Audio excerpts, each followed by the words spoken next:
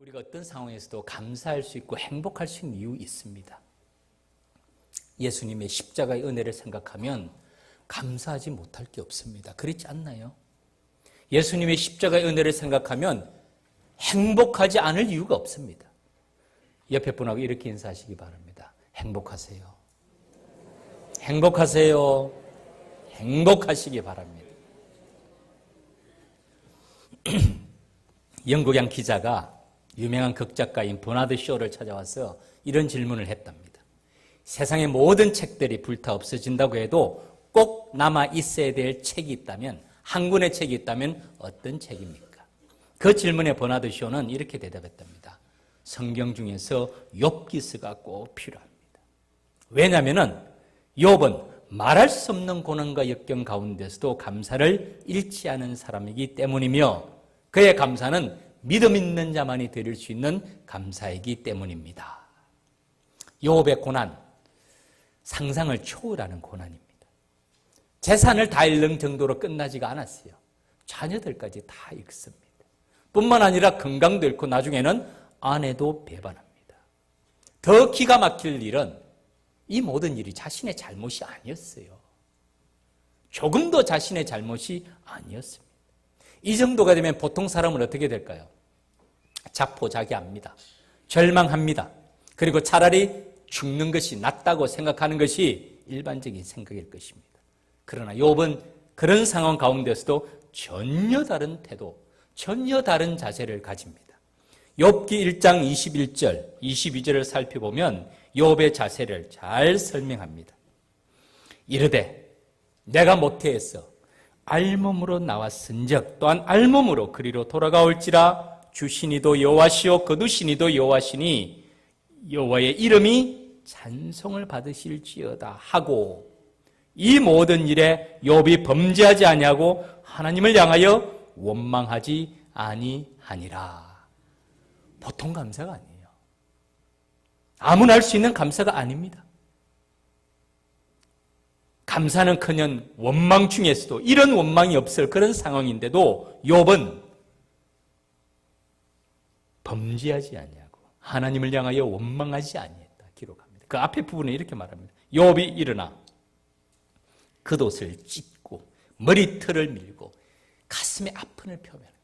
겉옷을 찢고 머리털을 밀고 그 다음에 땅에 엎드려 예배하며 하나님께 예배를 드립니다. 통탄한 마음을 가지고 있지만은 그 마음 가운데서도 하나님께 예배하며 이르되 내가 못해서 알몸으로 나왔사온 적 또한 알몸으로 그리로 돌아가올지라. 하나님을 향해 원망하지 아니합니다. 어떤 분은 욥의 태도를 이렇게 설명합니다. 욥의 말에서 알몸으로 나와사온 적 또한 알몸으로 그리로 돌아가올지라. 다른 말로 하면 무에서 시작했다는, 가진 게 아무것도 없이 시작했다는 것이죠. 제로에서 시작했다는 것입니다. 그래서 제로가 되고 무가 돼도 여전히 하나님께 감사할 수 있는 것이다. 그렇게 볼 수도 있습니다. 사실은 그런 태도가 욥의 말 가운데 기록되어 있습니다. 그러나 그 너머에 저는 그 다음에 욥의 말을 더 주목합니다. 주신 이도 여호와시요 거두신 이도 여호와시니 여호와의 이름이 찬송을 받을지어다. 주신 이도 여호와시요 거두신 이도 여호와시라. 무슨 말입니까? 하나님에 대한 완전한 신뢰가 있어요. 하나님에 대한 완전한 믿음을 가지고 있습니다. 주권자 하나님, 전능자 하나님에 대한 체험이 욥에는 가득 차 있는 것입니다. 그래서 그는 상황과 여건을 바라보는 것이 아니라 하나님, 주시니도 여호와시오 거두시니도 여호와시라 하나님을 바라보면서 그분의 능력을 믿는 참 믿음을 보여줍니다. 사랑하는 믿음의 가족 여러분, 오늘이 11월 둘째 주일이죠. 11월이 우리는 감사의 달입니다. 우리도 감사를 드립니다.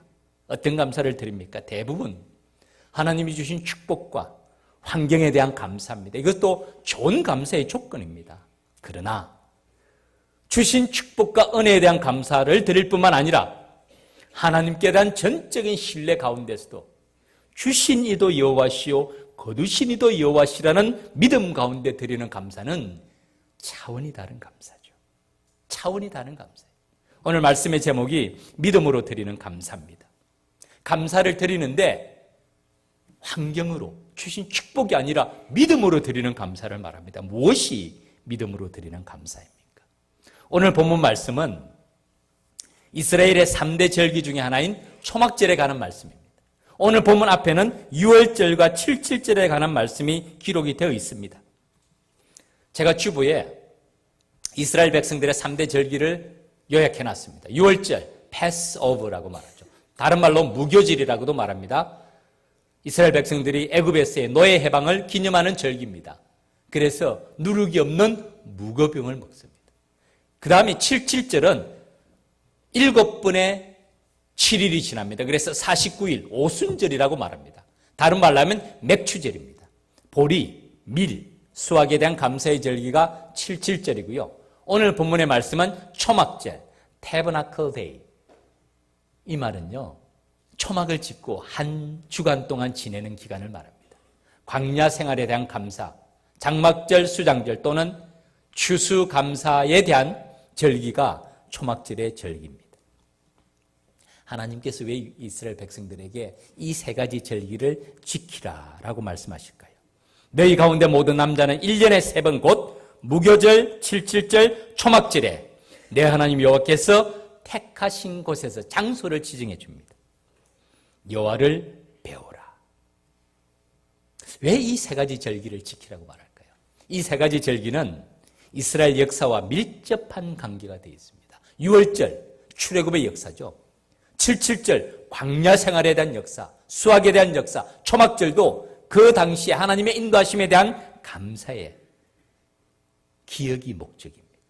애굽에 종되었던 것을 기억하라. 무슨 뜻입니까? 가장 힘들었을 때를 기억하라는 거예요. 430년간 처절한 종살이의 때를 기억하라. 그리고 그것에서 인도해 내신 하나님을 기억하라. 그리고 감사하라. 이것이 절기의 목적입니다. 사람은 쉽게 잊어버립니다. 생각보다도 쉽게 잊어버려요. 우리나라를 보면 그렇습니다. 물어볼게요. 6.25 기념을 합니까? 이민교회에서는요, 6.25 절기를 지킵니다. 전 꼭 지켰어요. 그런데 한국에 오니까 오히려 더 6.25 절기를 절기라고 생각 안 한 것 같아요. 우리 장로님들 정말 그 당시에 전쟁을 피비린내가 경험하신 분들 외에는 별로 기억 못하는 것 같아요. 8.15 광복절, 일제시대 때 그 강압기에 그 어두웠던 시절, 그 독립을 향한 강한 갈망이 있었던 그 시절, 그 8.15 광복절을 생각하면서 가슴 벅찬 그 기억을 가지고 있습니까? 3.1절, 독립운동을 하신 분들의 그 희생과 노력을 생각하면서 이런 절기를 우리가 지킵니까? 사람은 생각보다도 쉽게 잊어버립니다. 이것이 인간의 마음입니다. 그래서 주님께서도 이스라엘 백성들에게 절기를 통해서 기억하며 감사하라. 이것이 절기의 목적입니다. 그런데 믿음으로 드리는 감사는 여기서 한 걸음 더 나아갑니다. 과거를 기억하면서 지난날을 기억하면서 어려웠을 때를 기억하면서 드리는 감사일 뿐만 아니라 이 믿음으로 드리는 감사는 앞날의 축복을 바라보면서 드리는 감사를 말합니다. 다시 말하면 이미 주신 축복에 대한 감사일 뿐만 아니라 앞으로 주님께서 우리 삶 속에 어떤 은혜를 내려주실 것인지를 바라보면서 미래에 대한 감사를 함께 드리라는 말씀이에요. 제가 그동안에 얼마나 많은 감사절의 절기를 말씀을 전하고 생각을 했겠습니까? 그런데 올해, 이번 해에 특별히 제 마음속에 가득 차는 내용이 바로 이 말입니다. 또 다른 차원의 감사를 봅니다. 그것은 지난날을 기억하면서 드리는 감사도 귀한 감사입니다. 보통 사람은 기억 못해요. 그 기억을 생각하면서 주님께 올려드리는 감사도 보배로운 감사인데 더 온전한 감사란 무엇인가? 미래를 바라보면서 드리는, 내일을 바라보면서 드리는, 자녀들의 앞날을 바라보면서 미리 드리는 감사를 하나님께서 또 다른 차원의 감사로 받으시고 이것이 믿음으로 드리는 감사라고 말씀하시는 것을 제가 이번에 새삼스럽게 깊이 깨달았어요. 15절 말씀을 한번 보십시오. 15절 우리 같이 한번 읽겠습니다. 시작. 내 하나님 여호와께서 택하신 곳에서 너는 이레 동안 내 하나님 여호와 앞에서 절기를 지키고 내 하나님 여호와께서 내 모든 소출과 내 손으로 행한 모든 일에 복 주실 것이니 너는 온전히 즐거워할지니라. 아멘. 여러분 눈에도 들어오시죠? 내 하나님 여호와께서 택하신 곳에서 장소를 정해줍니다.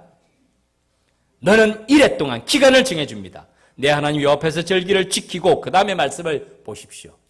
내 하나님 여호와께서 내 모든 소출과 내 손으로 행한 모든 일에 복 주실 것이라고요. 앞으로 주실 것을 말합니다. 약속을 말해요. 이 주실 것을 생각하면서 너는 온전히 즐거워할지니라. 이 온전이라는 말은 분명히라는 뜻이고요. 확실하게라는 뜻입니다. 완전히 너의 즐거움이 완전해질 것이라. 제가 이번에 깨달은 게 그것이 지난 날을 돌이켜보면서 주님께 올려드리는 감사도 귀한 것이고요. 그런 감사도 올려드려야 됩니다. 그런데 완전한 감사란 어떤 것이냐면은 지난 날에 감사할 뿐만 아니라 앞으로 주실 축복을 바라보면서 드리는 감사, 이런 감사를 드릴 때 너의 즐거움이 완전해질 것이라. 너는 온전히 즐거워할지니라는 말을 풀었으면 너의 즐거움이 완전해질 것이라는 뜻입니다. 우리 감사의 차원이 달라지는 것이죠. 우리 감사의 차원이 지난 날을 돌아보면서 감사하는 것뿐만 아니라 앞으로 주실 축복이 내 모든 소출과 내 손으로 행한 모든 일에 복을 주시겠다는 이 약속으로 인하여서 감사를 드리라는 말씀이에요. 이것이 믿음입니다. 사랑하는 믿음의 가족 여러분, 믿음이란 무엇입니까? 두 차원이 있어요. 믿음에는. 첫 번째는 과거를 기억하는 것입니다. 그 과거가 무엇입니까? 하나님의 살아계신 것이라고 표현할 때 이 하나님의 살아계신 것의 구체적인 증거는 예수 그리스도의 십자가의 은혜입니다. 제가 시작하면서 말씀드렸죠. 하나님과 동행하는 삶. 그 삶이 어떤 삶입니까? 우리 찬양대에서 오늘 하나님과 동행하는 삶에 대한 정말 아름다운 찬양 아닙니까? 하나님께서 동행하는 삶이 어떤 삶일까요? 그 하나님과 동행하심의 삶의 기초는요, 예수 그리스도의 십자가의 은혜가 우리 삶 속에 넘치는 것인 줄 믿습니다. 그 십자가의 은혜에 감격하는 사람은 감사가 없을 수가 없어요. 신앙생활을 하다 보면 생각보다도 많이 부딪힐 때가 많습니다. 그렇지 않나요? 부딪혀요. 성격도 다르고 생각도 다르고 자라온 환경도 다르고 다 달라요. 그래서 교회 안에서 크고 작은 부딪힘이 있을 수밖에 없어요. 그런데 우리가 감사드리는 이유는 크게 있잖아요. 십자가의 은혜를 생각하면, 예수 그리스도의 십자가에서 나를 위해 행하신 그 일을 생각하면 감사드리지 않을 게 없어요. 그 일을 생각하면 행복하지 않을 수가 없는 거예요. 교회에서는 5만 가지 일 다 생깁니다. 교회 처음 나오시는 분은 교회 가면 1000당은 아니라 당 900당 정도 되는 것으로 생각을 하기 쉬운데 맞습니다. 900당, 990당은 돼요. 10당 정도만 모자라요. 그럼에도 불구하고 완전하지는 않아요. 그러나 행복할 수 있는 이유는 990당이라서 행복한 것이 아니라 십자가의 은혜를 가슴에 간직한 사람은 어떤 상황 가운데서도 행복할 수 있는 줄 믿습니다. 이것이 믿음입니다. 과거를 기억하는 차원이 있어요. 그런데 또한 믿음은 거기서 끝나지 않습니다. 미래를 바라보는 차원이 있습니다. 히브리서 11장 6절에서 믿음이 없이는 하나님을 기쁘시게 하지 못합니다. 하나님께 나아가는 자는 반드시 그가 계신 것과 살아계신 것과 십자가의 은혜를 기억하는 것과 또 다른 차원은 자기를 찾는 자들에게 상 주시는 이심을 믿어야 할 것이냐라는 것은 미래의 차원을, 미래를 바라보는 거예요. 모든 고난과 고통으로부터 우리를 구원해 주시고자 하시는 구원의 약속이 있습니다. 이것이 믿음입니다. 믿음으로 드리는 감사도 마찬가지예요. 지난 날을 기억하면서 주님께 감사를 올리는 것 귀한 것이에요. 반드시 그렇게 해야 돼요. 그러나 한 걸음 더 나아가서 앞날에 대한 축복을 바라보면서 장차 주실 복을 바라보면서 여호와께서 내 모든 소출과 내 손으로 행한 모든 일에 복 주실 것을 바라보면서 드리는 감사, 믿음으로 드리는 감사인 줄 믿습니다. 우리 믿음의 가족들이 올해 드리는 감사는 이런 감사가 되기를 바라요. 저도 지난날에 대한 감사는 항상 기억했는데 올해 감사절의 절기를 맞이하면서 제 마음속에 넘치는 감사가 이겁니다. 앞날에 주실 주님의 축복을 바라보면서 미리 감사하는 것이에요. 그렇게 감사할 때 너는 온전히 즐거워할지니라 너의 즐거움이 완전해질 것이라는 말씀이죠. 두 번째, 감사에 대한 말씀은 누구와 함께 감사를 드려야 되는지에 대해서 본문은 또한 말씀합니다. 14절, 절기를 지킬 때에는 누구와 함께 드려야 되냐면 첫 번째, 너와 내 자녀와 노비와, 이 가족입니다. 너와 자기 자신과 내 자녀와 자녀들, 그 다음에 노비, 집 안에 있는 모든 사람, 가족뿐만 아니라 집 안에 있는 모든 사람을 포함합니다. 그 다음에 두 번째는 내 성중에 거하는, 집의 범위를 넘었어요. 성중에 거하는 레위인과 객과 고아와 과부가 함께 즐거워하라. 왜 레위인과 함께 즐거워하라고 말할까요? 레위인은 소출이 없어요. 그래서 주님께서는 즐거워하라고 말할 때 레위인을 빼놓지 않습니다. 기억하라는 거예요. 영적인 리더를 생각하라는 거예요. 그리고 그 다음에는 객과 나그네를 말합니다. 고아와 과부가 함께, 어려운 사람들을 함께 돌보면서 즐거워하라. 온 가족이 함께 즐거워하고 어려운 사람들과 함께 감사절의 절기를 지키라.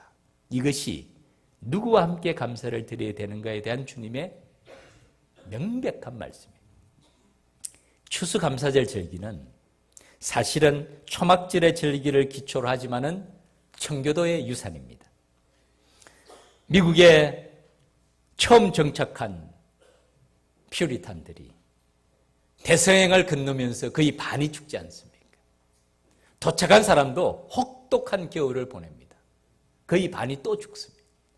그리고 그들이 인디언들의 도움으로 첫 수확을 한 다음에 그 이듬해 생존자들이 함께 도움을 준 인디언들과 함께 모여서 감사의 예배를 드린 것이 추수감사절의 시작이라는 것은 우리가 잘 알고 있습니다. 그것이 1600년대의 일입니다. 그리고 약 200년이 지난 1863년에 링컨 대통령 때부터 추수감사절이 완전한 절기로 정착이 됩니다. 우리나라는 추석이 되면 명절 대이동이 시작이 되죠. 고속도로마다 가득 차죠. 그래서 다른 교단에서는 기장촉입니다. 추석을 추수감사절로 지내는 교단도 있습니다. 왜냐하면 한국적인 상황에서는 추석이 추수감사절이라 라고 그들은 생각하기 때문에 그렇습니다. 일리 있습니다. 그런데 미국의 추수감사절은요 11월 마지막 주일입니다. 11월 25일이 추수감사주일이에요. 그 기간에 땡스기빙 브레이크가 다시 시작이 됩니다. 우리 교회도 올해는 여러 가지 여건상 11월 25일 마지막 주로 추수감사절을 지키고자 하고 주일학교도 그렇게 준비하고 있습니다. 교회마다 다 다릅니다. 핵심은 누구와 함께 추수감사절을 보내느냐. 첫 번째는 가족, 자녀뿐만 아니라 노비까지도 포함하고 두 번째는 어려운 이웃과 함께 감사절의 절기를 지내라. 이것이 감사절의 정신입니다. 제가 공부하던 초기, 그러니까 한 25년이 벌써 지났습니다. 추수감사절이 되면 제가 참 어려웠어요. 제가 초기에는 아내가 안 오고 저 혼자 공부했거든요. 우리나라 상황을 생각해 보면 간단합니다. 여러분 추석 때 학교에서 남아있는 학생이 몇 명이나 될까요? 아무도 없을 거예요. 추석 때면 다 집에 가요. 그래서 남아있는 학생이 없는데 기숙사에 문을 열고 식당이 문을 열겠습니까? 다 닫아요. 미국이 추수감사절기가 그렇더라고요. 학교에 남아있는 학생이 아무도 없는 거예요. 학생이 없다 보니까 기숙사 문을 열 일이 없는 거예요. 그런데 저 같은 사람은 갈 데가 없죠. 어디를 갑니까? 심지어는 맥도날드까지 햄버거 가게까지 문을 다 닫아버려요. 딱 1년에 2번 보통 쉽니다. 추수감사절과 크리스마스 쉬어요. 다들 절기로 가족들이 모여서 칠면조 터키 굽고 그 메쉬 포테이토, 감자, 그레이비 이래가 다 먹는데 나그네들은 갈 데가 없는 거예요. 근데 참 감사한 것은 그때 우리 친구, 미국 친구들이 집으로 초대를 하더라고요. 그래서 참 기숙사에서 나와서 따뜻하게 같이 식사를 나누고 추수감사절 절기를 보낸 그 마음이 제가 항상 간직하고 있었어요. 나중에 아내가 오고 난 다음에는 제가 우리 유학생들을 위해서 추수감사절만 되면 아내가 고생 좀 많이 했어요. 그 전부터 미리 터키를 사고 준비하고 하루 종일 며칠간 준비하고 추수감사절 때 기숙사에 있는 학생들 집으로 다 초대했어요. 그래서 집에서 점심 먹고 저녁 먹고 같이 지내고 했습니다. 이웃과 함께 즐거워라. 특별히 어려운 이웃들을 돌보라는 말씀입니다. 우리는 다 한국에서 살고 있는 정착민들. 우리는 이미 본국에서 살고 있는 사람들인데요. 여러분 우리 주변을 살펴보면 우리의 따뜻한 배려와 손길이 필요한 이웃들이 생각보다도 많습니다. 그 사람들을 위해서 집을 팔아라는 얘기도 아니에요. 적금을 깨라는 얘기도 아닙니다. 이런 절기가 오면 그들에게 대한 따뜻한 사랑의 관심과 배려로 함께 즐거워하는 그런 백성이 되라고 주님은 말씀하고 있는 거예요. 대단한 일을 하는 것은 아니지만은 이웃에 대한 배려의 마음을 항상 가지고 있으라. 그것이 절기의 정신이라는 것을, 하나님의 백성들의 삶의 모습이라는 것을 말씀하고 있습니다. 말씀을 맺겠습니다. 마지막입니다. 세 번째로 어떻게 감사를 드려야 합니까? 16절 너희 가운데 모든 남자는 1년에 3번 무교절 77절 초막절에 감사를 드리되 그 다음에 내 하나님 여호와께서 택하신 곳에서 여호와를 배웁되 그 다음에 빈손으로 여호와를 배웁지 말고. 하나님을 만날 때 빈손으로 여호와를 배웁지 말고. 마지막 17절 같이 읽겠습니다. 시작. 각 사람이 내 하나님 여호와께서 주신 복을 따라 그 힘대로 드릴지니라. 아멘. 힘대로 드리라는, 그 힘대로 드리는 기준은 내 하나님 여호와께서 주신 복을 따라 각 사람에게 하나님께서 우리에게 내려주신 그 은혜의 분량대로, 그 주신 복을 따라 힘대로 마음을 다하여서 전심으로 후히 드리라는 말씀입니다. 그리스도 제자의 자격 6가지 주제가 있습니다. 그리스도 제자라면 이런 삶을 살아야 됩니다. 첫 번째가 뭐죠? 그리스도를 첫째에 모십니다. 두 번째는 죄에서 떠난 삶을 살아야 됩니다. 그리스도 제자로서 날마다 죄악된 생활을 반복해서 사는 것은 바른 삶이에요. 하나님의 말씀을 따라 죄에서 떠난 삶을 살고, 세 번째는 견고해야 돼요. 쉽게 시험이 들었다, 쉽게 낙심이 들었다, 아직 한참 멀은 거예요. 견고하십시오. 네 번째는 다른 사람을 섬기는 삶을 살아야 됩니다. 다섯 번째는 후히 드려요. 본문의 말씀.